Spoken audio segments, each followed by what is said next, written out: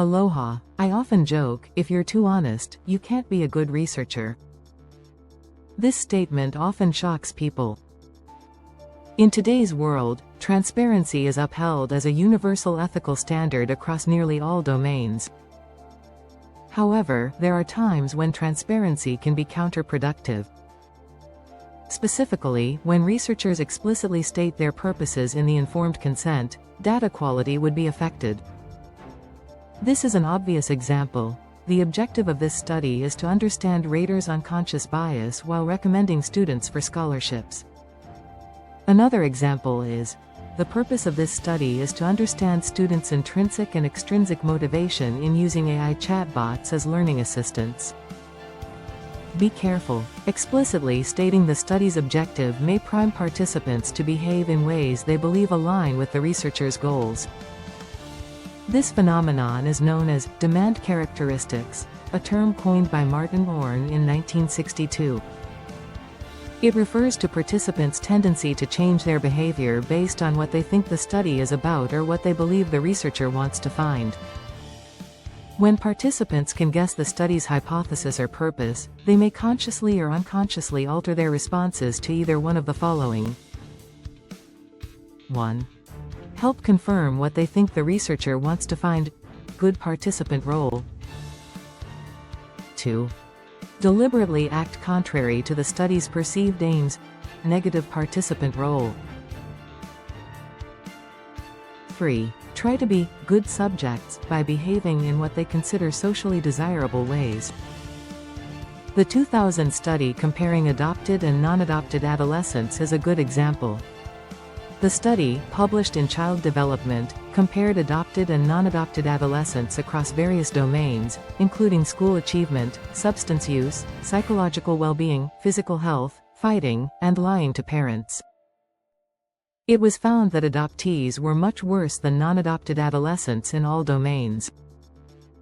Subsequent analyses indicated inconsistencies between questionnaire responses and in-home interviews, suggesting that some participants may not have provided truthful answers in the initial survey. This discrepancy could be attributed to demand characteristics. When respondents believed the research aimed to identify more problematic behaviors among adoptees, they might have messed around by giving exaggerated answers. This is alarming, as many academic journals may contain inaccurate results stemming from inadequate masking of research objectives and insufficient data quality control following data collection. Let us return to the original two examples. For the bias study, participants might try to demonstrate either no bias or exaggerated bias, neither of which would represent their natural behavior. For the AI chatbot study, students might overemphasize either intrinsic or extrinsic motivations based on what they think is the right answer. To rectify the situation, the researchers can mask the true purpose by using ambiguous wordings yet remains truthful regarding the overall direction of the research study. For the bias study, the objective statement could be rewritten as, this study examines how people evaluate and make recommendations in scholarship selection processes. We are interested in understanding the various factors that influence assessment decisions in educational contexts. For the AI chatbot motivation study, the statement could be rephrased as, this research explores how students interact with and utilize AI-powered learning tools in their academic work. We aim to understand the various factors that influence students' engagement with educational technology. Some people may wonder whether it is ethical to hide information from participants. While the use of deception in research objectives raises significant ethical concerns, there's an important distinction between complete deception and incomplete disclosure. In complete deception, researchers actively lie about their objectives and misguide the participants. In incomplete disclosure, researchers present a partial or broader truth. The latter is generally considered more ethically acceptable in research practice. Sometimes deception is necessary. Several key ethical requirements must be met when using any form of deception or masking. First, researchers have an obligation to conduct a thorough debriefing after the study.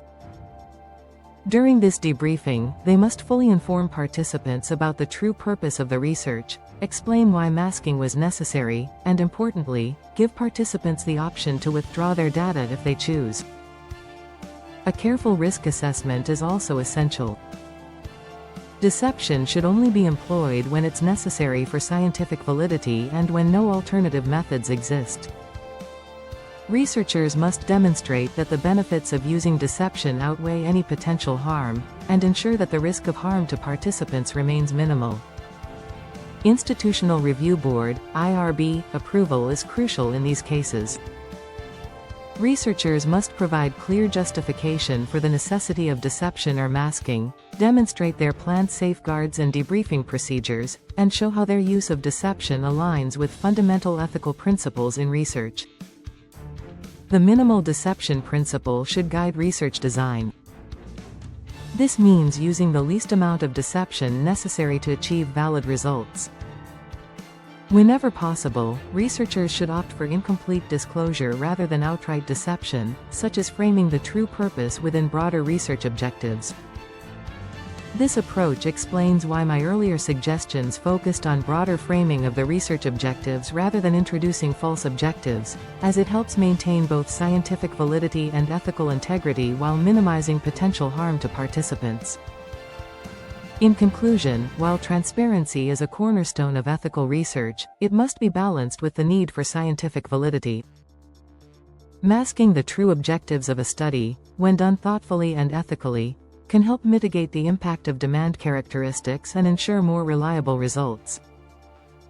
By employing strategies like incomplete disclosure, thorough debriefing, and careful ethical review, researchers can maintain the integrity of their work while respecting participants' rights.